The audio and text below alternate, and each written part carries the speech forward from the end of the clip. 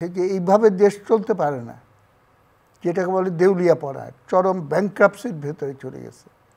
Issue কেবলমাত্র কোটা না, এইখান থেকে হত্যাকাণ্ড থেকে শাসন ব্যবস্থা, এবং শাসন ব্যবস্থায় যে একনায়কত্ববাদী এবং বর্বর নির্যাতন, নিপীড়ন এবং পাখির মতো গুলি করে, এইসব কথা আমাদের শুনতে হচ্ছে সরকারি মহলের পক্ষ থেকে, যে আমার ছাত্রলীগকে দিয়ে আমি এটা ম্যানেজ করে ফেলতে পারবো। আরেকজন প্রতিমন্ত্রী বললেন ৫% গুলিও এখনো খরচ হয়নি, এবং আমাদের কাছে যে বুলেট আছে, প্রত্যেক সেকেন্ডে যদি একটা করে বুলেট আমরা ফায়ার করি, ৫ বছরে ওই ফায়ারিং শেষ হবে না। তো এইগুলো কী মানসিকতা দেখায়? এইখান থেকে আমি মনে করি যে পুরা পরিস্থিতিতে খুব সুস্থিরভাবে, অস্থির না হয়ে পরিস্থিতি সম্পর্কে আমাদের বিবেচনা করা উচিত। এবং প্রধানমন্ত্রী একটা কথা বলেছেন যে এত সব ঘটনা বলি আমি জনগণের কাছে বিচার দিলাম, জনগণ এটা বিচার করবে।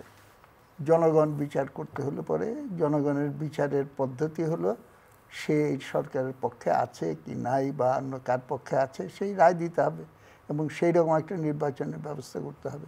প্রধানমন্ত্রী কালকেই ঘোষণা দেখ যে আমি ক্ষমতা ছেড়ে দিচ্ছি, এবং কিভাবে ছেড়ে দিয়ে একটা জবাবদিহিমূলক সরকার প্রতিষ্ঠা করা যায় সেটার রূপরেখা তৈরি করে দেন। মেনন ভাই এখানে আছে, আমি আছি, আমরা তো এরশাদের সময় এরকম রূপরেখা তৈরি করে দিই। আমি মনে করি যে এইটা মৌলিকভাবে এই সমস্যা সমাধানের দিকে যাওয়া উচিত। তার মানে মোজাহিদুল ইসলাম সেলিম সাহেব, আপনি যেটা বলছেন যে সরকার যদি আগামীকালই বলে যে আমি পদত্যাগ করব, তাহলে আজকের এই শক্তি কালকে শক্তিতে পরিণত হয়ে যাবে। সমাধানের কথা আমি বলছি। সমাধান পদত্যাগে কেন করতে হবে? কোটা বিরোধী আন্দোলনটা ছিল প্রধানমন্ত্রী বলেছেন যে জনগণের কাছে আমি বিচার দিলাম।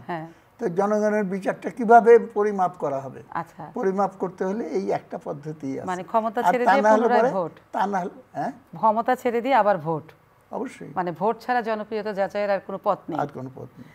এরশাদও বলেছিল এই প্রশ্ন, দেখি রাশিদ এরশাদও এই প্রশ্ন করেছিল যে আমি তো চলে যেতে চাই, কিন্তু কিভাবে যাব তার পথ তো নাই। কিন্তু তখন আমরা ঠিক করলাম যে ঠিক আছে, পথ আমরা তৈরি করি। তার মানে সরকার যেটা বারবারই বলছিল কোটা মোটা কোনো বিষয় না, মূল বিষয়টাই হচ্ছে সরকারকে পদত্যাগ করতে হবে।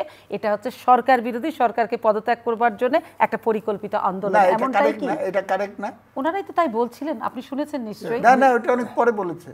ওটা অনেক পরেছে। It started with quota issue, এবং কোটা ইস্যুটাকে কমপ্লিকেট করার ফলে ছাত্রলীগকে দিয়ে কোটা আন্দোলনের লক্ষ লক্ষ ছাত্রদের উপরে হামলা চালানোর ফলে পরিস্থিতি যেই জায়গায় চলে যায়, এবং তারপর পুলিশ বাহিনী দিয়ে যে বর্বর হামলা হত্যাযজ্ঞ চালানো হয়, সেইটার ফলে অবধারিতভাবে স্লোগান রূপান্তরিত হয়। তার মানে এখন সোজা কথা হচ্ছে, আপনার যে এতক্ষণের সোজা কথা, সরকার পদত্যাগ না করা পর্যন্ত শান্তি ফিরবে না। সরকার পদত্যাগ, আমি আপনার কথাটা আমার মুখ দিয়ে বলতে দেন। সরকার বলেছে, প্রধানমন্ত্রী বলেছে যে এইসব ঘটনা বলি জনগণের কাছে আমি বিচারের দায়িত্ব দিলাম। তো বিচারের দায়িত্বটা কিভাবে হবে? তো সেটা জনগণ দিবে। জনগণকে তো বলতে হবে যে আমি ক্ষমতায় আর থাকছি না, তোমরা নতুন করে আমাকে হয় ম্যান্ডেট দিবা, না হলে দিবা না।